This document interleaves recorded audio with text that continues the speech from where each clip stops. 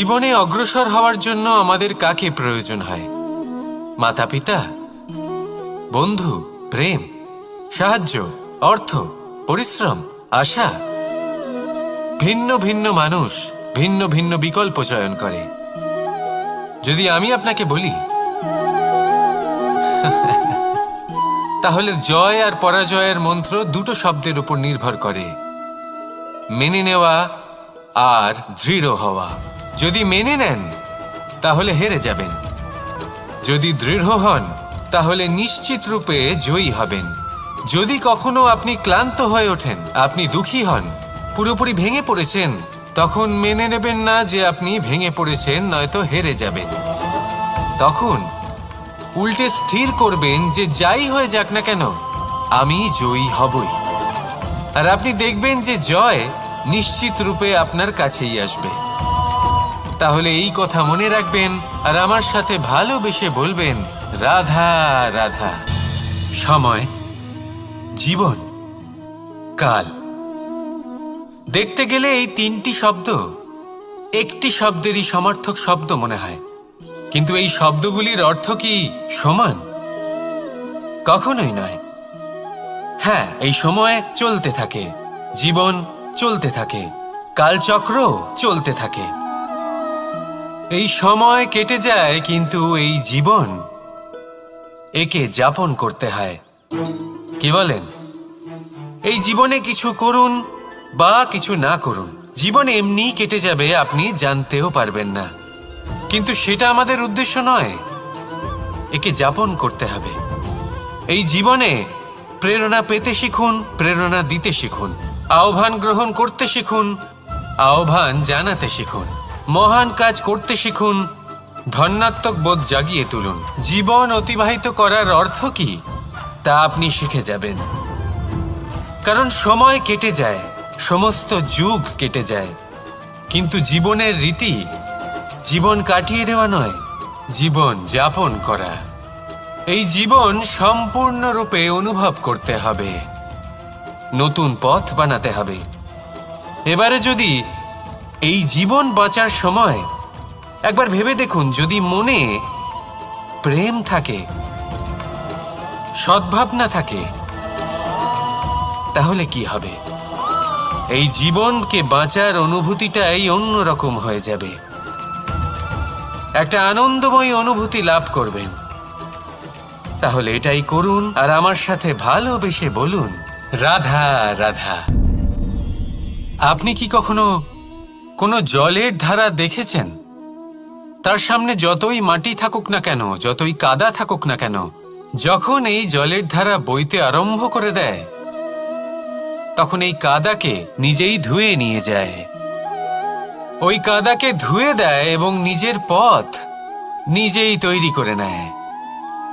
তাহলে আপনিও এরকম জলের মতো হয়ে উঠুন। যদি হয়ে উঠতে পারেন, তাহলে নিজের মনের, নিজের ভাবনার, নিজের জীবনের যত অনাবশ্যক তত্ত্ব আছে, অনুপযোগী অংশ রয়েছে, অর্থাৎ অপরিষ্কার অংশ রয়েছে, তা নিজে থেকেই নির্মল হয়ে উঠবে। আর যেরকম জলের ধারা কখনো থেমে থাকে না, সব সময় বয়ে চলে, সেইভাবে আপনিও কখনোই থামবেন না। সবসময় বয়ে চলুন, এগোতে থাকুন। পথে যদি অনেক বিপদ আসে, সমস্যা আসে, থামবেন না, তার উপর নিরন্তর প্রহার করুন, নিরন্তর প্রয়াস করুন আর অগ্রসর হন। আপনি ভেবে দেখুন, এই জলের ধারা কখনো থেমে থাকে না, সবসময় বয়ে চলে, বিপদের সম্মুখীন হয়ে তাকে সাথে বয়ে নিয়ে চলে। সেই জন্য জলের ধারা, প্রবাহমান এই ধারা, এর থেকে কখনো দুর্গন্ধ আসে না, এতে কখনো ময়লা জমতে পারে না, বরং পালিত হয় সুন্দর প্রাণবন্ত জীবজন্তু, যেমন সুন্দর ছোট মাছ। তাই আপনিও এটাই করুন, কখনো থামবেন না, শুধু চলতে থাকুন, জলের ধারার মতো বইতে থাকুন। আপনি আপনার লক্ষ্য অবশ্যই খুঁজে পাবেন, আর তার সাথে নিজের অন্তরের যে মালিন্য রয়েছে তা আপনি নিজেই নিজের থেকে দূরে করে দেবেন। তাহলে আসুন আর আমার সাথে ভালোবেসে বলুন, রাধা রাধা। এবার অনেক সময় মানুষের মনে এরকম প্রশ্ন আসে, প্রশ্ন আসে যে এই সংসারে সবথেকে বড় বিপদ কি? কেউ বলে ধর্ম সংকট, আবার কেউ বলে প্রাণের ওপর আসা সংকট। প্রত্যেক মানুষের জীবনে বিভিন্ন সংকট আসে, আর এই সমস্ত সংকট অত্যন্ত বিচিত্র হতে পারে। এই সমস্ত সংসার হলো সংকট দ্বারা পরিপূর্ণ। ঠিক আছে, আপনাকে একটা উদাহরণ দিই। একজন ধনী ব্যক্তি, এবার ওনার জীবনে সংকট কি হতে পারে? সংকট এটাই যে কেউ তার সম্পত্তি চুরি না করে নেয়, আমরা বুঝতে পারছি। এবার একজন চোর, তার জীবনে সংকট কি হতে পারে? যে চুরি করার সময় সে যদি তার একটা কাশি চাপতে না পারে, তাহলে সে ধরা পড়ে যেতে পারে, ঠিক কিনা? আবার অনেক সময় এমনও হয় যে যার জন্য আমি সংকট, সেও আমার কাছে সংকট। যেমন এই পরিস্থিতিতে দেখুন, সংকট হলো সংকট, এ তো জীবনে থাকবে, কিন্তু এর সম্মুখীন কিভাবে হওয়া যায়? খুব সরল। সব এটার ওপর নির্ভর করে, মনের ওপর। এই মনকে নিয়ন্ত্রণ করলে সব ঠিক থাকবে। এবার যদি ধনী ব্যক্তি মনকে নিয়ন্ত্রণ করে ফেলেন, নিজের অর্থের ব্যবহার শুভ কাজের জন্য, সমাজের সেবার জন্য বিকাশ করতে করেন, ওই অর্থকে একত্রিত করে না রাখেন, তাহলে চুরির সমস্যা, এই সংকট সেখানেই কেটে যাবে। এবার যদি কথা বলি সেই চোরের, তাহলে চোর যদি নিজের মনকে সংযত করে নেয়, যদি নিজের কর্মকে নিয়ন্ত্রণ করতে পারে, তাহলে এমন কোনো স্বর নেই, এমন কোনো স্বর নেই যা ওকে ধরা পড়তে বাধ্য করবে। সেই জন্য জীবনে সংকট যতই আসুক, যত বড়ই সংকট আসুক না কেন, কবচ হলো একটাই, আর এই কবচের নাম হলো আত্মনিয়ন্ত্রণ। নিজের মনকে নিয়ন্ত্রণে রাখতে শিখুন। এটা নিজের জীবনে প্রয়োগ করে তো দেখুন।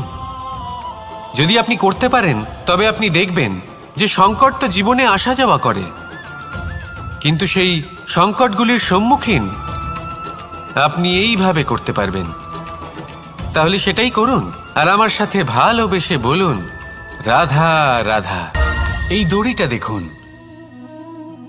ছোট ছোট রেশম দ্বারা তৈরি, এটা সরু সুতো দ্বারা তৈরি হয়েছে এটা, আর এ অত্যন্ত কোমলও বটে। আর আপনি চাইলে এটা সোজাও করে দিতে পারেন, আর চাইলে এটা বেঁকিয়েও দিতে পারেন, আর যদি চান তাহলে এটা গোল গোল করে বেঁধে কোথাও রেখেও দিতে পারেন। এবার এই কোমল দড়ি যদি কোনো নিষ্ঠুর কঠিন পাথরে বারংবার জড়িয়ে দেওয়া হয়, তাহলেও তাকেও কাটতে পারে, নিজের ছাপ ছেড়ে যেতে পারে, সেটার আকারও বদলে ফেলতে পারে। এবার এর কারণ কি? এর কারণ হলো অভ্যাস আর নিরন্তর প্রচেষ্টা। যদি আপনিও চেষ্টা করেন আর নিরন্তর কর্ম করে যান, তাহলে আপনার প্রারব্ধ পাথরের মতো কঠিনই হোক না কেন, তাতে ভাঙন ধরিয়েও আপনি নিজের লক্ষ্যে অবশ্যই পৌঁছতে পারবেন। একটা গুরুত্বপূর্ণ কথা মনে রাখবেন, সুকর্মের অভ্যাস আর নিরন্তর প্রয়াস, এই হলো সাফল্যের মন্ত্র। তাহলে জীবনে এই মন্ত্র আনুন, আর আমার সাথে ভালোবেসে বলুন, রাধা রাধা। বসন্ত ঋতু, এই সময় মন আনন্দে ভরে থাকে। এমন মনে হয় যেন আমরা আকাশে বিচরণ করতে চলে যাই, কিন্তু সেটা তো সম্ভব নয়। সেই জন্য হয়তো আমরা ঘুড়ি ওড়াই, এই ঘুড়িকে নিজেদের প্রতিরূপ মনে করে। এবার অনেক মানুষ আছেন যারা ঘুড়ি ওড়ান, কিন্তু এই কর্মের সারমর্ম কি সেটা কজন বুঝতে পারেন? আপনি এটা মনে করুন যে আপনি হলেন সেই ঘুড়ি, আর এই সুতো যিনি ধরে রয়েছেন তিনি হলেন পরমাত্মা। আর এই সুতো যেখান থেকে শুরু হয়, সেই লাটাই হলো আমাদের কর্মচক্র। এবার আপনি নিজেই অনুমান করুন যে এই উড়ান কার ওপর নির্ভরশীল? পরমাত্মার ওপর আর আপনার কর্মের ওপর। যদি পরমাত্মা আপনার হাত ধরে থাকেন, আপনার সাথে থাকেন, যদি আপনি শুভ কর্ম করতে থাকেন, আপনি এই আকাশে উড়তে থাকবেন। কিন্তু কোথাও কোথাও যদি পরমাত্মার সাথে এই বন্ধন ছিন্ন হয়, আপনার কর্মচক্র খারাপ হয়ে যায় বা থেমে যায়, তাহলে আপনার এই ঘুড়ি কেটে যাবে আর দূরে কোনো গাছের ডালে গিয়ে আটকে যাবে। তাই শুধুমাত্র ঘুড়ি ওড়াবেন না, তার থেকে শিখুন। পরমাত্মার সাহচর্যে থাকুন, সবসময় শুভকর্ম করতে থাকুন আর সবসময় এই আকাশে উড়তে থাকুন। আসুন আর আমার সাথে ভালোবেসে বলুন, রাধা রাধা। জীবনে লক্ষ্য লাভ কি করে করতে হয়? কেউ বলবে বন্ধুদের সাহায্যে, কেউ বলবে প্রেমের সাহায্যে, কেউ বলবে নিরন্তর চেষ্টা করলে, কেউ বলবেন পরিশ্রম করলে, কেউ বলবেন ঈশ্বরের আশীর্বাদে, ইত্যাদি ইত্যাদি। আমি আপনাকে বুঝিয়ে বলি, এই যেমন ত্রিলোক আছে, অর্থাৎ 3 লোক আছে, যাকে সঞ্চালন করে ত্রিদেব বা 3 জন দেবতা। সেইভাবে নিজের লক্ষ্যে পৌঁছানোর জন্য 3টি ভাবের প্রয়োজন পড়ে। প্রথম ভাব হলো স্বপ্ন দেখা। আপনি যদি স্বপ্ন দেখতে শুরু না করেন তাহলে সেখানে পৌঁছতেই পারবেন না। তারপর আপনাকে দৃঢ় সংকল্প নিয়ে সেই পথ যেমনই হোক তাতে চলতে হবে। এ হলো দ্বিতীয় ভাব, দৃঢ় সংকল্প। আর তৃতীয় ভাব হলো সেই লক্ষ্যের যাত্রা পূর্ণ করার জন্য প্রতিবদ্ধ হওয়া। তাই যদি আপনি স্বপ্ন দেখতে পারেন, দৃঢ় সংকল্প দ্বারা পথ যতই কঠিন হোক না কেন তাতে চলতে পারেন, আর সেই লক্ষ্য লাভের যাত্রা পূর্ণ করার জন্য প্রতিবদ্ধ হতে পারেন, তাহলে আপনি নিশ্চিত রূপে আপনার লক্ষ্য লাভ করতে পারবেন। তাই আপনি এটাই করুন আর আমার সাথে ভালোবেসে বলুন, রাধা রাধা। কথায় আছে যে জীবনে কিছু শুরু করার আগে স্বপ্ন দেখা অত্যন্ত গুরুত্বপূর্ণ, আর এটা 100% সত্যিও। কিন্তু কিছু মানুষ স্বপ্ন দেখা শুরু না হয় করে দেন, কিন্তু তারপর থামেনি না। স্বপ্ন দেখতেই থাকেন, তারা ভাবতেই থাকেন, কর্ম করেন না। এমন সময় আপনাকে নিজেকে জাগিয়ে তুলতে হবে। নিজেকে বলতে হবে যে এবার উঠে কর্ম করার সময় এসে গেছে। কারণ আপনারা যদি অত্যাধিক বিচার করতে থাকেন, স্বপ্ন দেখতে থাকেন, তাহলে উঠে কিছুই করতে পারবেন না। আপনি শুধু একটা কাজ করুন, উঠে কর্ম করা আরম্ভ করে দিন। তারপর ভেবেচিন্তে ধীরে ধীরে নিজের কর্মকে দিশাও দিন আর তাকে উচিত গতিও দিন। কারণ এটাই হলো সাফল্যের মূল মন্ত্র। না শুধু কর্ম করুন না ভাবনা চিন্তা করে, আর না শুধু ভাবুন কর্ম না করে। সাফল্যের মূল মন্ত্র হলো এর ভারসাম্যে। তাহলে এটাই করুন, সাফল্যকে লাভ করুন আর আমার সাথে ভালোবেসে বলুন, রাধা রাধা। সূর্যের মনে হয় যে তার থেকে বেশি তেজস্বী আর উজ্জ্বল কেউ নেই। তাই তার এই অহংকার ভঙ্গ করার জন্য মেঘ চলে আসে। তারপর এই মেঘের অহংকার বেড়ে যায় যে তার থেকে বেশি ঘন আর কেউ নেই। তারপরে বাতাসের একটা প্রবল দমক আসে আর মেঘেদের ছিন্ন ভিন্ন করে দিয়ে চলে যায়। তখন বায়ুর অহংকার বেড়ে যায়, আরো ভাবে যে তার থেকে বেশি শক্তিশালী আর কেউ নেই। এই দমকা বাতাস যখন বিশাল এক পর্বতের সাথে ধাক্কা খায়, তখন সেই বাতাসের অহংকারও চূর্ণ বিচূর্ণ হয়ে যায়। তারপরে পর্বত ভাবে যে তার থেকে বেশি ধীর আর শক্তিশালী আর কেউ নেই। তখন পৃথিবীতে ভূমিকম্প হয় আর সেই বিশাল পর্বত চূর্ণ বিচূর্ণ হয়ে যায়, তারও অহংকার ভেঙে যায়। এবার ধরিত্রীর অহংকার হতে থাকে। ধরিত্রী বলে যে আমার উপর সবকিছু টিকে রয়েছে, আমার থেকে বেশি শক্তিশালী আর কেউ নেই। একটা ছোট্ট ইঁদুর আসে, মাটিতে গর্ত করে আর মাটি ধসিয়ে দেয়। ধরিত্রীর অহংকার ভেঙে যায়। এর তাৎপর্য হলো সরল।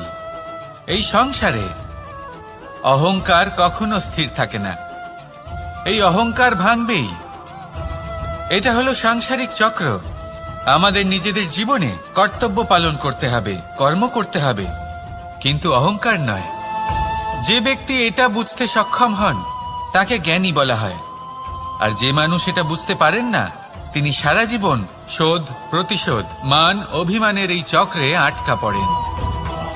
এবার আপনি কি এই চক্রে আটকে থাকতে চান, নাকি জ্ঞানী হয়ে উঠতে চান? সেই চয়ন আপনারই। আসুন আর আমার সাথে ভালোবেসে বলুন, রাধা রাধা। কোন যোদ্ধা জন্ম থেকে যোদ্ধা হন না, তিনি যোদ্ধা হবেন কিনা চয়ন করেন। তিনি যোদ্ধা হবেন বলে তখনই স্থির করেন যখন তিনি পিছু হটবেন না বলে দৃঢ় প্রতিজ্ঞ হন। যদি ওনার সামনে অশুভ কিছু হয় তার বিরোধিতা করতে দৃঢ় প্রতিজ্ঞ হন, তবেই তিনি যোদ্ধা হতে পারেন। কেউই যোদ্ধা হয়ে এই পৃথিবীতে জন্মগ্রহণ করেন না। আপনি কি হতে চান? সেই দর্শক হতে চান যারা যুদ্ধভূমিতে বসে থেকে অন্য কারোর জয়ে উচ্ছ্বাস প্রকাশ করেন, নাকি সেই যোদ্ধা হতে চান যিনি নিজের শৌর্য দিয়ে, বীরত্ব দিয়ে পরাক্রম প্রদর্শন করেন এবং যার প্রশংসা যুগ যুগ ধরে হয়ে চলে? সিদ্ধান্ত আপনারই। আসুন আর আমার সাথে ভালোবেসে বলুন, রাধা রাধা। সাফল্য খুব সহজ এক শব্দ। এটা হলো সেই সব শব্দের মধ্যে অন্যতম যা মানুষ একটু বুঝলেই ভাবেন সব বুঝে ফেলেছি। আর যেই উনি বুঝতে পারেন সাফল্য কি, আজীবন সেই সাফল্যের পেছনেই ছুটতে থাকেন। এই সাফল্য হলো একটা খেলার মতো, যাতে মানুষ নিজের সমস্ত জীবন বাজি লাগিয়ে দেন। আর প্রত্যেক খেলার মতোই এরও কিছু নিয়ম রয়েছে। আর প্রাথমিক নিয়ম হলো, এই সাফল্য লাভ করার জন্য সাফল্য লাভ করার স্বপ্ন আপনাকে অবশ্যই দেখতে হবে। আগে হ্যাঁ, কিন্তু শুধুমাত্র স্বপ্ন দেখলেই কিছুই হবে না। স্বপ্ন দেখুন, তারপরে আপনার নিজের নিদ্রাকে ভঙ্গ করতে হবে, দিনরাত পরিশ্রম করতে হবে, দিনরাত চেষ্টা করতে হবে। তবেই এই সাফল্য আপনার কাছে আসবে আর আপনার পদানত হবে। তাহলে স্বপ্ন দেখুন আর পরিশ্রম করে তাকে সার্থক করুন। যদি এটা করেন তবেই সাফল্য সহজেই আপনার কাছে আসবে। আর তখন মন প্রসন্ন হয়ে বলবে, রাধা রাধা। সমস্যা প্রত্যেকের জীবনেই সমস্যা আসা যাওয়া করে। আর প্রত্যেক মানুষ সমস্যা আসার পর তার সমাধান খুঁজতে উঠে পড়ে লাগেন। কিন্তু যখনই সমস্যার সমাধান হয়ে যায়, আমরা সুপ্রসন্ন হয়ে যাই এবং অসাবধানও হয়ে যাই। আমাদের মনে হয় যে আমরা সম্পূর্ণরূপে সমস্যার অন্ত করেছি, কিন্তু কোথাও না কোথাও একটা ছোট্ট বীজ রয়েই যায়। আর সেই বীজ আমাদের অসাবধানতার ছত্রছায়ায় বড় হতে থাকে, আর তারপর মহা সংকট হয়ে আবার আমাদের উপর আক্রমণ করে। এই সংকট যে কোনো রূপে আসতে পারে, কোনো শত্রুর রূপেও আসতে পারে, বা কোনো মহামারীর রূপেও আসতে পারে। সেই জন্য সবসময় সাবধান থাকাই উচিত। কারণ অসাবধান হলে কি হয়, আমাদের সুরক্ষা চক্রে একটা ছেদ উৎপন্ন হয়, আর আমাদের শেষ করতে পারে এমন এক বাণ সেই ছেদ বিন্দু হয়ে আমাদের হৃদয়ে প্রবেশ করতে পারে। তাই যে কোনো সমস্যার সমাধান করুন, জয়ী হন, উৎসব পালন করুন, কিন্তু সাবধানে থাকবেন। আসুন আর আমার সাথে ভালোবেসে বলুন, রাধা রাধা। আমাদের জীবনে দুই ধরনের সম্পত্তি হয়ে থাকে। এক হলো ভৌতিক সম্পত্তি, এক হলো জৈবিক সম্পত্তি। অর্থ, সম্পদ, সুবিধে, খাদ্য, এইসব ভৌতিক সম্পত্তির মধ্যে পড়ে। ব্যক্তি, মিত্র, পরিবার, আমাদের আপনজন, আত্মীয় স্বজন সব জৈবিক শ্রেণীতে পড়ে। আর প্রত্যেক মানুষের পক্ষে এই বিভাজন বোঝা অত্যন্ত আবশ্যক। কারণ মূলত আমাদের ব্যবহার দুই রকমের হয়ে থাকে, হয় আমরা ভালোবাসি বা আমরা সদ্ব্যবহার করি। আর সবথেকে বড় ভুল আমরা তখন করি যখন আমরা বুঝতেই পারি না যে ভালোবাসবো কাকে আর ব্যবহার করব কাকে। আমরা ভৌতিক সম্পত্তি ভালোবেসে ফেলি আর ব্যবহার করি জৈবিক সম্পত্তিকে, যেখানে এটা অনুচিত। জৈবিক সম্পত্তিকে ভালোবাসুন আর ভৌতিক সম্পত্তিকে ব্যবহার করুন। যেদিন আপনার মধ্যে এই বোধ জাগ্রত হবে যে কাকে ভালোবাসবেন আর কাকে ব্যবহার করবেন, সেই দিন আপনার জীবনে শুধুই শান্তি বিরাজমান হবে। আর তখন এই মন প্রসন্ন হয়ে বলবে, রাধা রাধা।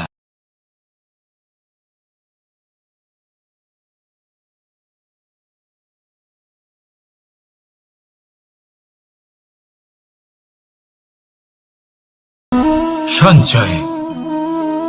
মানুষের যখন থেকে বোধ বুদ্ধি হয়, সঞ্চয় করতে আরম্ভ করে দেন। সঞ্চয় করতে থাকেন ভোজনের, সঞ্চয় অর্থের, সঞ্চয় শক্তির। নিজের জন্য করেন, নিজের পরিবারের জন্য করেন, নিজের স্ত্রীর জন্য করেন, সন্তানের জন্য করেন, সন্তানের সন্তানের জন্য সঞ্চয় করেন। সঞ্চয় করার জন্য ওনার কাছে অনেক কারণ রয়েছে, কারণ উনি এটা ভাবেন যে এই সঞ্চিত শক্তির জন্য কেউ ওনার কোনো ক্ষতি করতে পারবে না। মানুষ ভুলে যান একটা গুরুত্বপূর্ণ কথা, এই সত্য, উনি এই সংসারে খালি হাতেই এসেছিলেন আর এখান থেকে ওনাকে খালি হাতেই যেতে হবে। যা এখানকার তা এখানেই থেকে যাবে। আর যদি কিছু ওনার সাথে যায় তা হলো ওনার কর্ম, আর কিচ্ছু নয়। তাই যদি কিছু অর্জন করতে চান তাহলে শুভ কর্ম অর্জন করুন, আত্মশক্তি অর্জন করুন, কারণ পরলোকে এটাই হবে আপনার সম্পত্তি। তাহলে কি এটা আপনি অর্জন করতে চান না? আসুন আর আমার সাথে ভালোবেসে বলুন, রাধা রাধা।